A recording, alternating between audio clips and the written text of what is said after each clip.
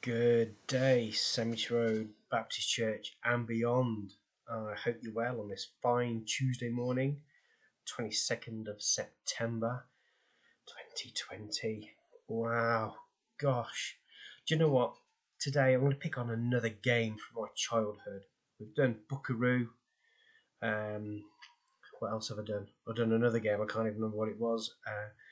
Jenga, that was it. But now I'm going for Kuuuurplunk, because I feel like a game of Plunk. I don't want a game, I feel like the game. I feel like someone's put a load of spikes in me and then filled me up with marbles, and then they're slowly pulling the spikes out. And then I cannot control these marbles that fall. And these marbles represent different parts of my life, I think. The going out, the socialising. For us at the moment, the school run. I haven't got any control over these things at the moment. They are just cascading down onto a different spike, until they eventually hit the bottom. For those of you that remember Kuuuurplunk, it was a terribly hard game to set up, to line up the holes and stuff. And then you'd fill it up with marbles, and a couple of marbles would escape, and then you'd play the game. Noisy, rattly game, but it was fun. But the way I'm feeling as a game of Kuuuurplunk, I'm not finding it funny. So we're here today that we may be heading into some more restrictions, more isolation rules, and apparently pubs are going to close at 10 o'clock, because obviously after 10 that's when you get COVID. But yeah, so it's never ending, isn't it? I don't know how you guys are coping with it, but I almost don't want to put the news on anymore. I like putting the news on to get the weather and find out what's going on in the world. But at the moment, I'm just thinking, gosh, it's just another thing removed from us. It's another spike removed. And like I say, things are out of control. But amen, brother and sister, I'm here to tell you, there's a hope. There is a hope. And I found my hope today with John. So this is John 16, verse 33. I have told you these things so that in me you may have peace. In this world you will have trouble, but take heart, I've overcome the world.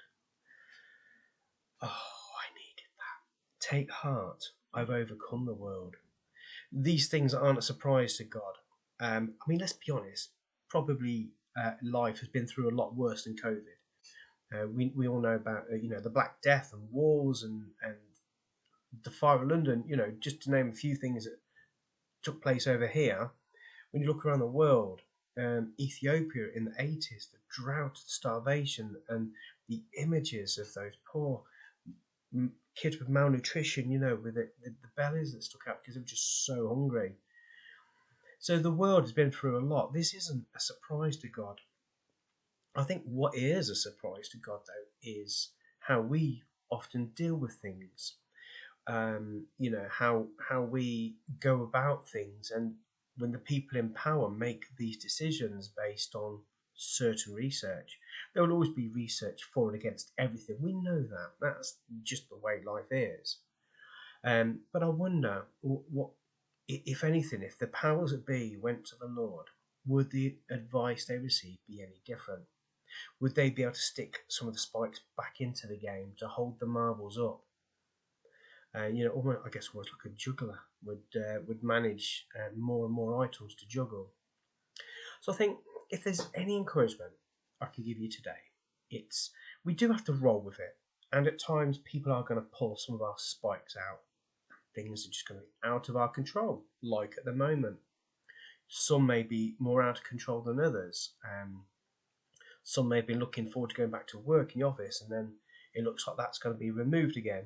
Some people might have been looking forward to going back to watching the sports team. Looks like that's going to be paused for longer. This will obviously lead to more debt, more heartache for families, more job losses. I think the encouragement and the task at hand for us as believers is keep praying.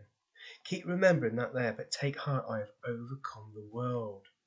And if God has overcome the world, we are on the side of a winner. And I want to be on the winning side. So let's keep praying for our fellow brothers and sisters, ones that are struggling, who may be suffering debt, may be asking for handouts from certain departments. Please don't feel bad about asking for handouts. And that's what they're there for. Charities were invented for that very thing. Look after yourselves, guys. Look after each other. Okay, let's keep each other safe.